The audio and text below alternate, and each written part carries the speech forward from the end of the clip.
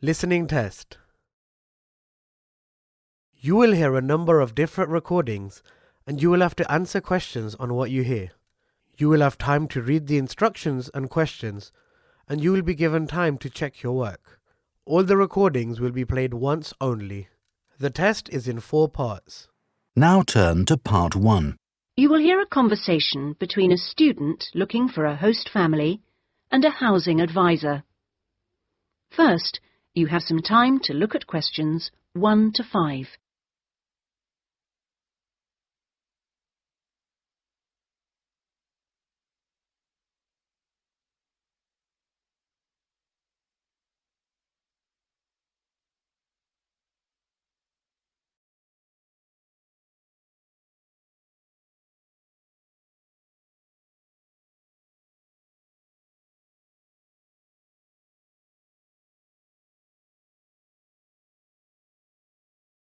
Now we shall begin. You should answer the questions as you listen, because you will not hear the recording a second time. Listen carefully and answer questions 1 to 5. Good morning. How can I help you? Good morning. I understand you help fix up students with host families. That's right. Are you interested in... Yes. Well, please sit down and I'll just take a few details. Thank you. Right. Now, what name is it? Jenny Chan. Can you spell that, please? Yes. Jenny-Chan.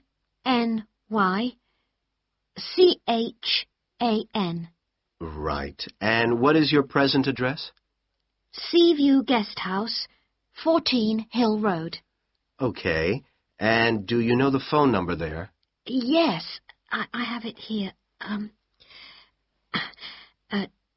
2237676.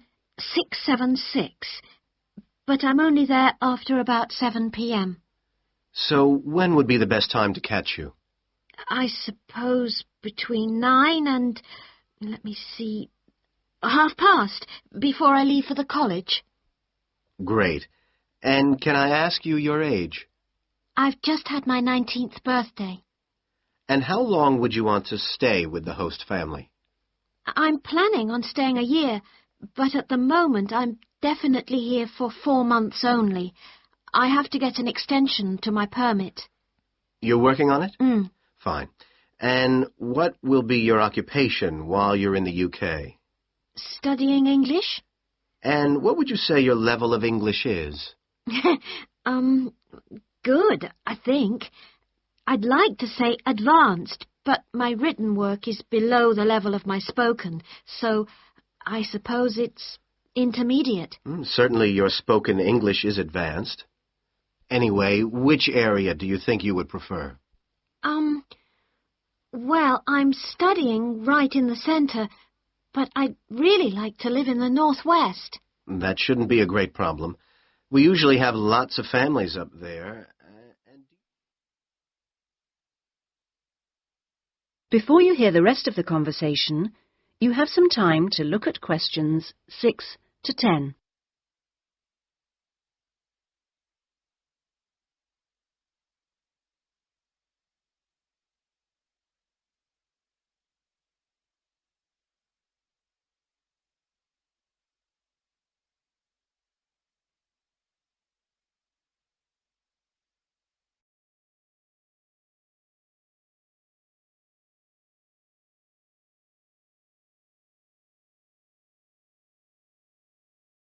Now listen and answer questions 6 to 10. And do you have any particular requirements for diet? Well, I'm nearly a vegetarian. Not quite. Shall I say you are? It's probably easier that way. That would be best. Anything about your actual room? I would prefer my own facilities. En suite, is that right? Mm-hmm. And also, if it's possible, a TV. And I'd also like the house to have a real garden, rather than just a yard. Somewhere I could sit and be peaceful. Is that all? Well, I'm really serious about improving my English, so I'd prefer to be the only guest, if that's possible. No other guests. Yes, you get more practice that way. Anyway, obviously, all this is partly dependent on how much you're willing to pay. What did you have in mind? I was thinking in terms of about £60 to £80 a week, but I'd go up to 100 if it was something special. Well, I don't think we'd have any problems finding something for you. Oh, good. And when would you want it for? I'd like to move in approximately 2 weeks. Let me see, it's the 10th today, so if we go for the Monday, it's the 23rd of March. Yes. Right. Good, and if I could ask one last question. That is the end of section 1. You now have half a minute to check your answers.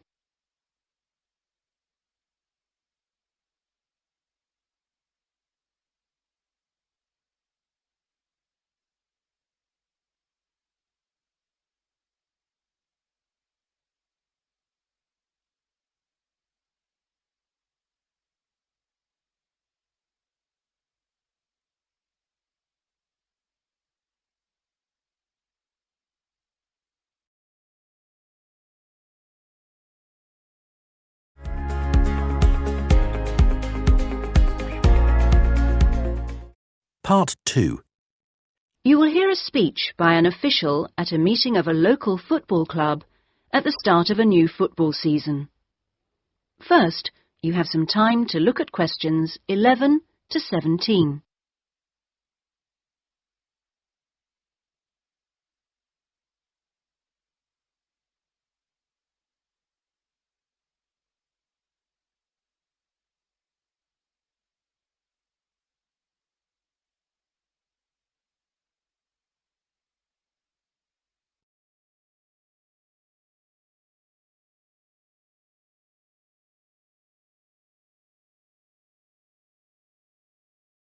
Now listen carefully and answer questions 11 to 17. Good evening, everyone, and thank you for coming to the soccer club meeting. It's good to see so many parents and children here tonight, and I know you're looking forward to a great football season. Now, I'd like to take a few minutes to tell you about some changes to the soccer club for the coming season. Now, this season, we'll be playing all our matches for both the junior and senior competitions at Kings Park, instead of Royal Park, which was used last season. Now, for meetings, we're going to use the clubhouse in Kings Park, and the next meeting will be held in the clubhouse on the 2nd of July. As usual, we hope to begin the season with a picnic next Saturday at the clubhouse.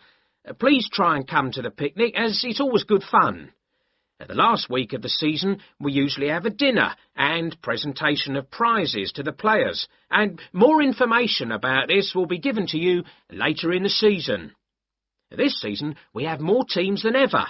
We hope to have 10 teams instead of 5 in the junior competition, and they will play on Saturday mornings beginning at 8:30 a.m. Training sessions will be held in Kings Park on Wednesday afternoons for the juniors, and they will be wearing red shirts again this year.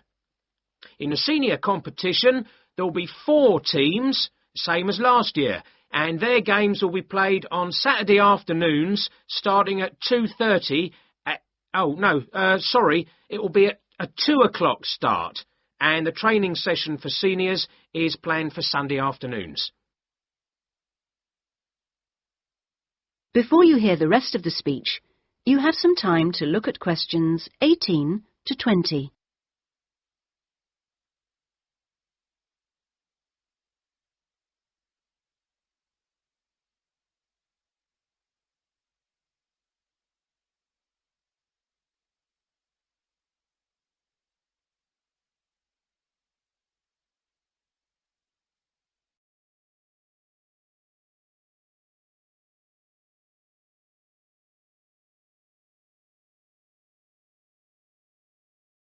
Now listen and answer questions 18 to 20. Now, I'd like to introduce you to the new committee for the soccer club for this season.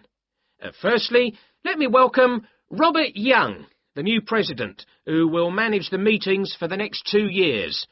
Robert's son has been playing football with the club for over 5 years now, and many thanks to Robert for taking on the job of president. Next, we have Gina Costello. She's the treasurer, and she'll collect the fees from you for the season. Please try and give Gina your fees as early as possible in the season, as the club needs the money to buy some new equipment. Then there's David West, who's volunteered to be the club secretary, and one of the many jobs he'll have is to send out newsletters to you regularly. If you have any information that may be useful, please let David know so that it can be included in these newsletters. Also, I'd like to introduce you to Jason Dokic, who is the head coach. For all the new members here tonight, this is the 3rd year that Jason has been with us as head coach, and we're very lucky to have such an experienced coach and former player at our club. He will continue to supervise the teams at training sessions and on match days. Now, before we finish and have some refreshments, does anyone have any questions they'd like to ask the new committee? That is the end of section 2.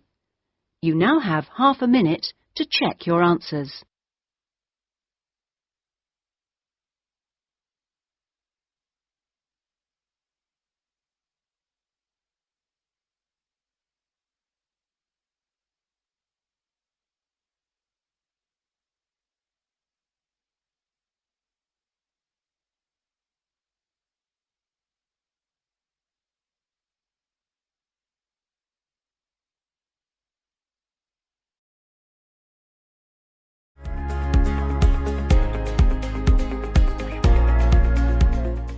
Part 3. You will hear a tutor and 2 students discussing a business case study.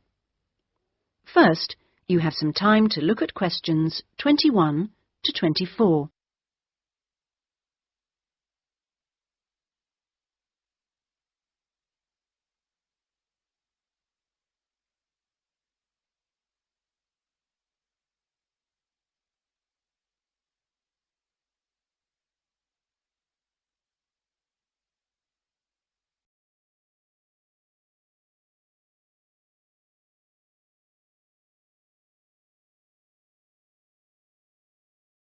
Now listen carefully and answer questions 21 to 24.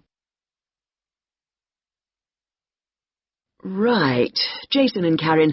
Now, I asked you to look at the case study for Box Telecom as part of your exam assessment. It's interesting because they're in the middle of problems at the moment, and I want you to track how they deal with them. Let's start with you, Karen.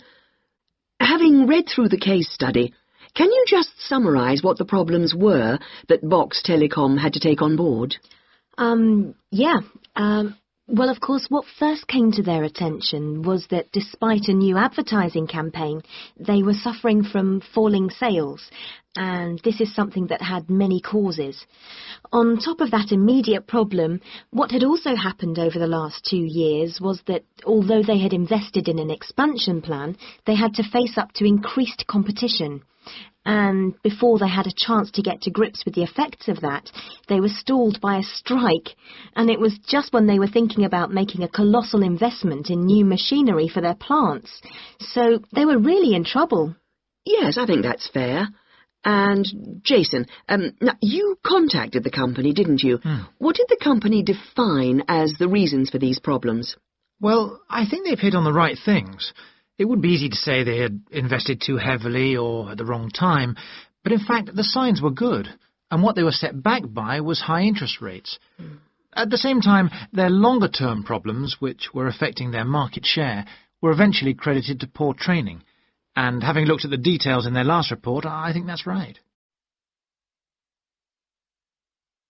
Before you hear the rest of the discussion, you have some time to look at questions 25 to 30.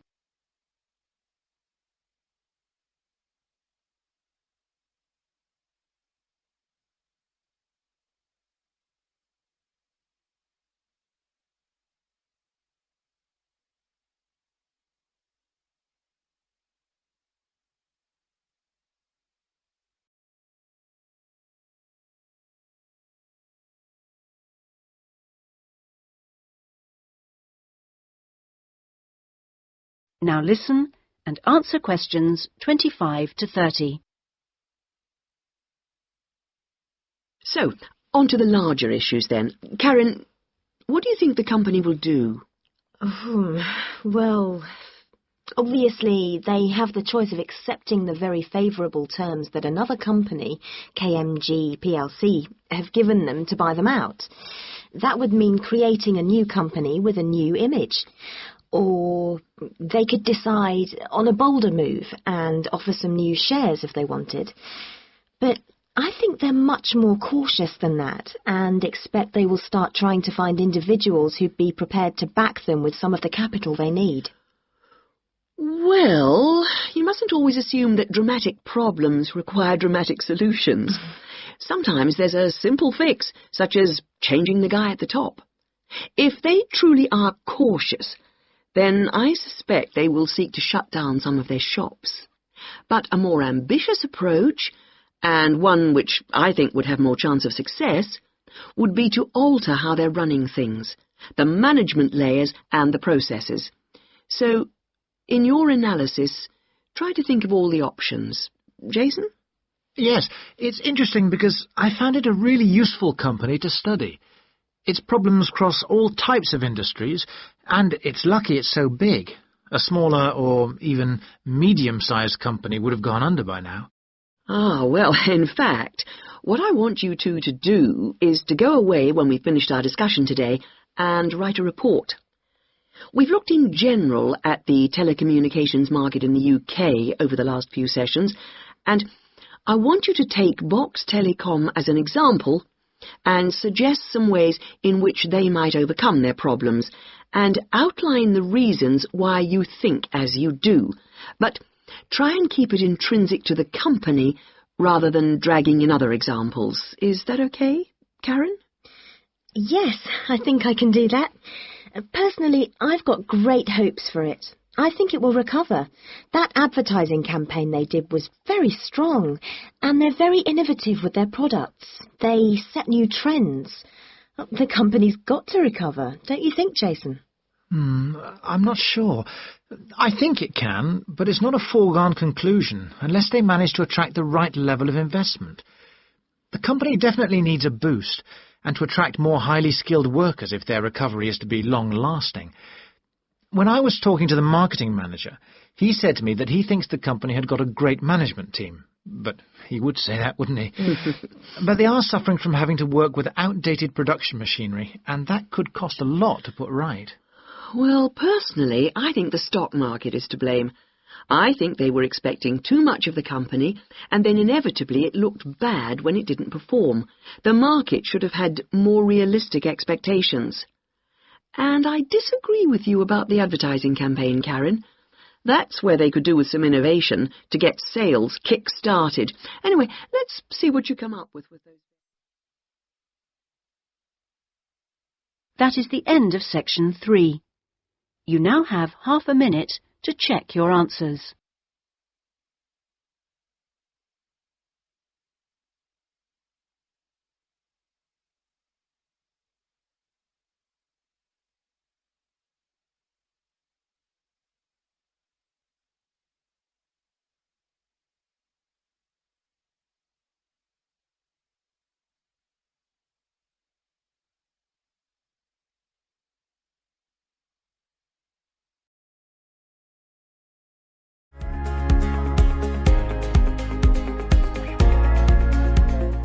Part 4. You will hear a university librarian giving a talk to new students. First, you have some time to look at questions 31 to 40.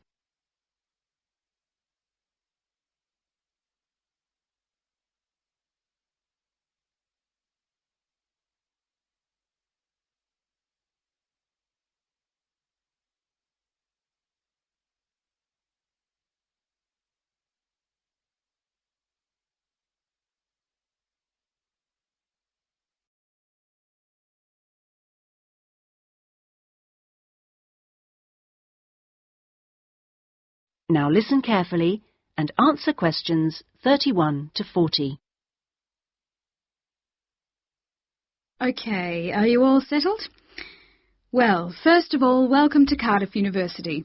I'm here to explain what we can offer you. Now, as a new student at the university, you will probably need some sort of guidance to help you to use the library effectively to study and research. Some of you have asked about a guided tour, but we find this rather muddles people. So, in this first week, we run a series of talks which focus on different aspects of the library and its resources.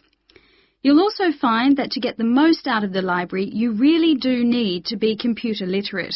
And so all this term we run small classes which will bring you up to speed on how to access the computer-loaded information. Okay, now let me give you an outline of what's available to you. You'll find that the computers are increasingly used as a research tool. Many students do most of their research on the internet, and the library computers are permanently online. Having found what you need, you'll find you can readily save texts on your personal computer space to print off when you need. You might think that it is the fastest way to get information, but the links can be slow. Clearly, you can find lots on there, but much of it is useless information, as it is from highly debatable sources, so be critical. You'll also find that the library has loaded several CD-ROMs onto the computers from specialist reference sources, such as the MLA. It means we can expand what we offer you at very little extra cost and saves us having to invest in more and more books. The CD-ROMs contain exactly the same information as the reference books, as the two are updated together. Now, most of you will need to refer to journal articles in your work, and you'll find you can also access these online, and we encourage you to do so. Clearly, some of you will find the printed version more accessible as it sits on the shelves, but I'm afraid the intention is to phase these out eventually. However, you will still be able to print off a version of the text rather than photocopying the journal pages. So you must get used to working online.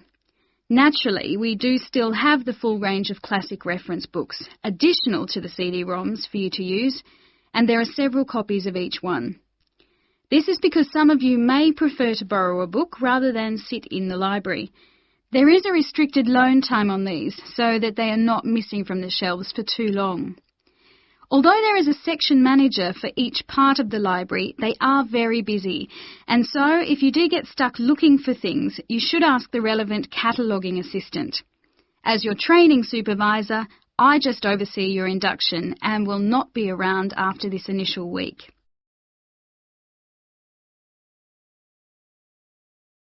Some of you may be interested to know that the library is offering specialised training sessions on writing a dissertation. Obviously, this is not relevant to those of you who are undergraduates, it is just for postgraduates. Your department will discuss the planning stage of the dissertation, i.e. what you're going to do with you, and we will focus on the structure of it. However, the training will also include some time on the computers. I realise most of you know how to organise files, but we can show you the different ways to run data programs. Your tutors will tell you at the outset how to set out the chapters they require, but you will need to ask them how they would like you to organise the bibliography, because it varies depending on your subject area. When you've got something together, the trainer here will look through the draft version for you to see if it's okay. And one final point, for those of you who have registered from abroad, we can offer individual sessions on dissertations if you feel you need them. If you require language lessons, then they are available from the International Centre next to the Law Department. That is the end of section 4. You now have half a minute to check your answers.